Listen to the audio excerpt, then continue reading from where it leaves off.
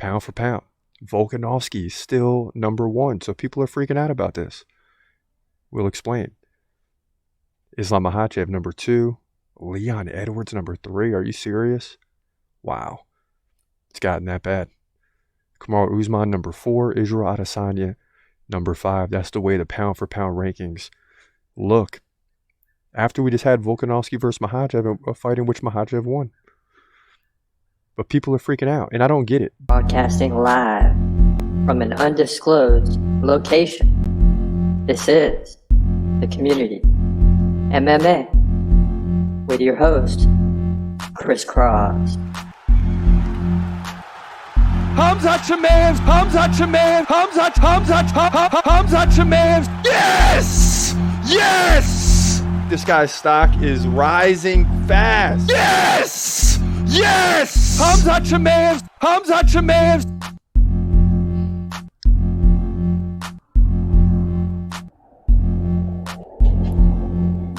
What up? This is your boy Chris Cross checking in. This is The Community MMA, and we got a lot for you today. Hamzat Chimaev, what's going on with him? Islam Makhachev snubbed. At least that's what people are saying in the latest pound-for-pound rankings. And you got Jessica Andrade, taking a late notice fight against rising contender Aaron Blanchfield. So we got each of those topics coming up, and we got some predictions for you for UFC Vegas 69 going down this Saturday night. But first and foremost, this is what they're saying. This isn't what I'm saying. But Islam Makhachev got snubbed in the latest rankings. And there it is. Bam. Pound for pound. Volkanovski is still number 1. So people are freaking out about this. We'll explain. Islam Makhachev, number 2. Leon Edwards, number 3. Are you serious? Wow. It's gotten that bad. Kamaru Usman, number 4. Israel Adesanya, number 5. That's the way the pound-for-pound rankings look. After we just had Volkanovski versus Makhachev, a fight in which Makhachev won. But people are freaking out, and I don't get it. Here's why. The pound-for-pound rankings are supposed to not be so much about matchups, but who rules their division, right? Because a heavyweight's never going to fight a flyweight. Bantamweight's never going to fight a light heavyweight, and so on. So who's the best in their division that if they were in any other division in that size, they would dominate all other divisions? That's how I look at pound for pound. And you can expand it from there. But no one is better in their division, I make the case, than Alexander Volkanovski. And you know how I feel about Islam Makhachev, right? You already know. He's number 2 on the dude list. He's my second favorite fighter right now, behind Hamzat Chimaev. And Hamza is a whole nother discussion. What's going on with that? No fight for this guy. But Volkanovski rules his division and has defended the belt against everybody except Yair Rodriguez, who I think lost to Holloway, who lost to Volkanovski 3 times. So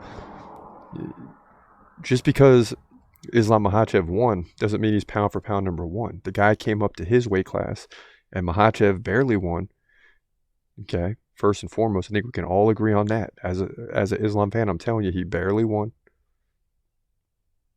But he did defend his belt and his division. But that doesn't make him number 1 for pound. Because if Islam tried to go down to featherweight, it would be bad. Because Volkanovski would absolutely dominate that fight. And you look at it like that. If Islam went down, would he lose as closely as Volkanovski did? I say no way. And therefore, Volkanovski is pound for pound number 1 in the world. It was Usman. How Leon Edwards won on a lucky strike, and he may beat him again on a lucky strike. And that's our prediction, right? If you've seen it already. But that doesn't mean to me he's number 3 pound for pound. But the bottom line is, who else is there, right? Who are you going to put up there? Aljamain Sterling? You're going to put Jamal Hill up there? I would argue Yuri Prochazka should be in the top 5. If John Jones wins, he's definitely surges to number 2 or 3 right away. Because now he'll dominate 2 divisions, the light heavyweight and the heavyweight. So you got a lot of upcoming But the fact that Leon Edwards is number 3, we need a lot more to happen this year to shake things up. That's for sure. No disrespect to Leon, but he's not the number 3 pound-for-pound fighter in the world. Let me just be clear on that. Now, moving forward, you got Khamzat Chimaev, no fight scheduled. It's absolutely amazing that Khamzat has no fight scheduled thus far. And what is the UFC waiting for? And I know we've talked about this, but what is the UFC waiting for? Why has this guy not gotten a fight scheduled yet? I don't think anyone has the answer to that. He's my favorite fighter. Number 1 on the dude list. My guy. Conor McGregor was always my dude. He hasn't fought in a while, so he's removed. But I still put Khamzat above Conor McGregor right now, and that's tough to do.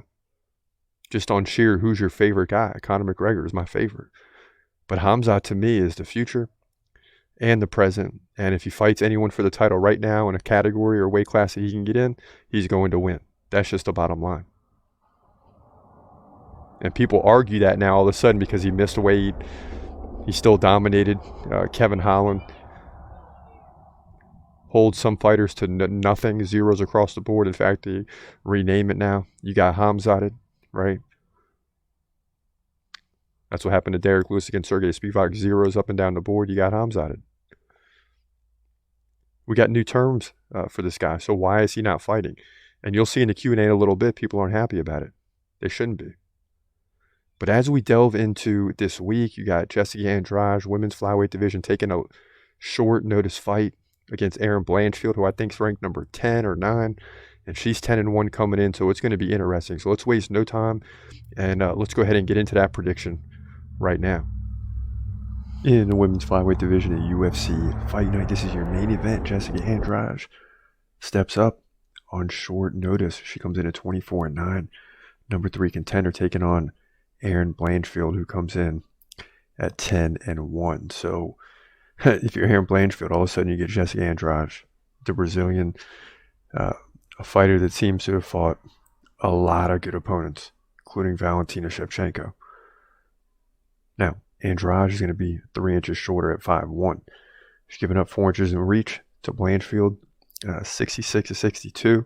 Nothing new for Andrade. Both fighters stand right-handed. Now, Andrade and Blanchfield, a lot of activity. Andrade about 6.8 significant strikes per minute. Blanchfield's going to land about 5.8. So a lot of activity. Blanchfield also lands 4 takedowns over the course of 3 rounds.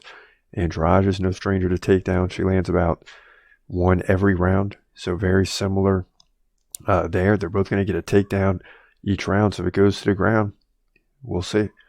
But Andrade, 73% takedown defense compared to 75% for Blanchfield. So they're going to stuff a lot of takedowns too. And we don't know what we're going to get. It could very easily go to the ground. It could stay standing. We'll get takedown defense. Now Andrade coming up to win over Lauren Murphy. That's a big one. Decision. Amanda Lemos, submission. Cynthia Calvillo, KO. And she lost to Shevchenko for the title. Now, Blanchfield has been perfect since she's come into the UFC, no doubt, beating Sarah Alpar and Miranda Maverick by decision.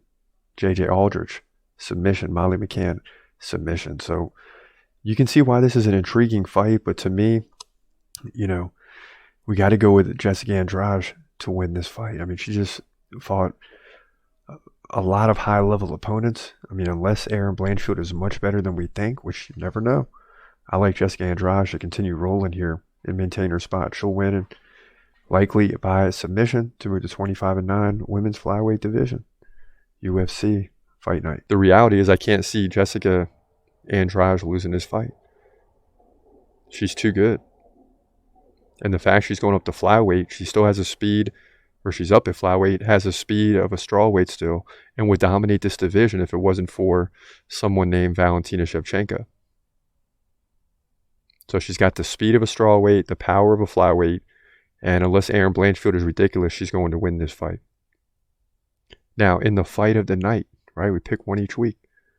I'm going to stick with the lightweight division this week because I love this matchup. Jim Miller versus Alexander Hernandez. First fight on the main card. You can't miss this one because Hernandez is good, but Jim Miller always surprises you. So let's get into that prediction now for the fight of the night at UFC Vegas 69. In the lightweight division at UFC Fight Night, you got Jim Miller coming in at 35-16, taking on Alexander Hernandez, who comes in at 13-6.